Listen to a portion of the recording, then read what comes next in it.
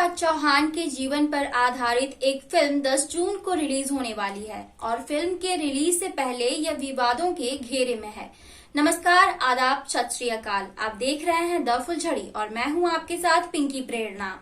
दरअसल फिल्म के अंदर पृथ्वीराज चौहान को राजपूत राजा के रूप में दिखाया गया है, जिस वजह से गुर्जर समाज में तनाव का माहौल है।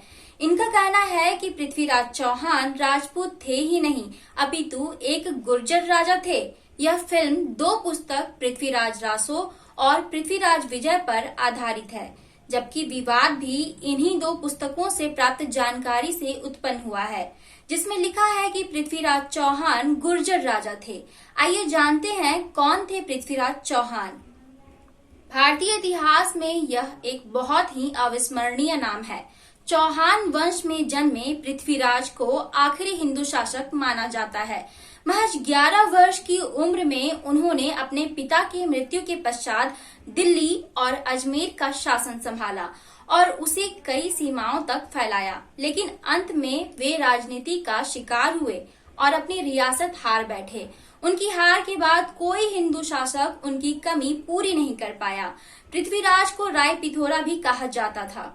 पृथ्वीराज चौहान बचपन से ही एक कुशल योद्धा थे। उन्होंने युद्ध के अनेक गुण सीखे थे। उन्होंने अपने बाल्यकाल से ही शब्द भेदी बाण विद्या का अभ्यास किया था। बताते चलें कि पृथ्वीराज चौहान का जन्म सन 1149 में हुआ।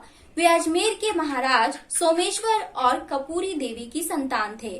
पृथ्वीराज का जन्म उनके माता पिता के विवाह के 12 वर्षों के पश्चात हुआ और जन्म समय से ही राज्य में उनकी मृत्यु को लेकर षड्यंत्र रचे जाने लगे, परंतु वे बचते चले गए।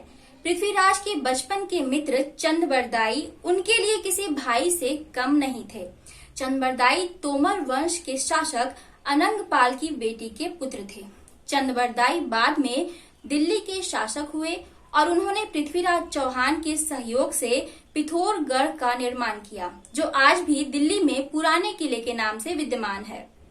अगर बात करूं पृथ्वीराज चौहान और उनकी रानी संयोगिता की, तो इन दोनों की प्रेम कहानी उस समय की सबसे प्रसिद्ध और अविस्मरणीय प्रेम कहानी मानी जाती है। संयोगिता पृथ्वीराज चौहान से बिना मिले उनके प्यार में मोहित हो चुकी थी। वहीं संयोगिता के पिता जयचंद पृथ्वीराज के साथ ईर्ष्या का भाव रखते थे, तो अपनी पुत्री का पृथ्वीराज चौहान से विवाह का विषय तो दूर दूर तक सोचने योग्य बात नहीं थी। राजा जयचंद्र ने अपनी पुत्री संयोगिता का स्वयंवर आयोजित किया। इसके लिए उन्होंने पूरे देश के राजाओं को आमंत्रण भेजा, केवल पृथ्वीराज चौहान को छोड़कर। पृथ्वीराज को नीचा दिखाने के उद्देश्य से उन्होंने स्वयंवर में पृथ्वीराज की मूर्ति द्वारपाल के स्थान पर लगवा दी। जब पृथ्वीराज चौहान को यह सूचना मिली, तो उसी स्वयंवर में पृथ्वीराज ने संयोगिता की इच्छा से भरी महफिल में उनका अपहरण कर लिया और उन्हें भगाकर अपनी रियासत ले आए एवं दिल्ली आकर दोनों का पूरी विधि से विवाह संपन्न हुआ। इस घटना के बाद राजा जयचंद्र और पृथ्वीराज के बीच दुश्मनी और भी बढ़ गई।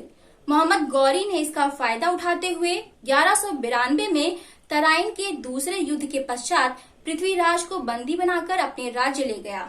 वहां उन्हें यातनाएं दी गई तथा पृथ्वीराज की आंखों की रोशनी छीन ली गई।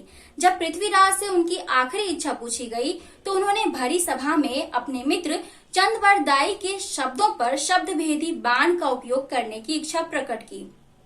4 बांस 24 गज अंगुल अष्ट प्रमाण ता ऊपर सुल्तान है, मत चूको चौहान। चंदबरदाई द्वारा बोले गए इसी दोहे का प्रयोग करते हुए उन्होंने बाण चलाकर गौरी की हत्या कर दी।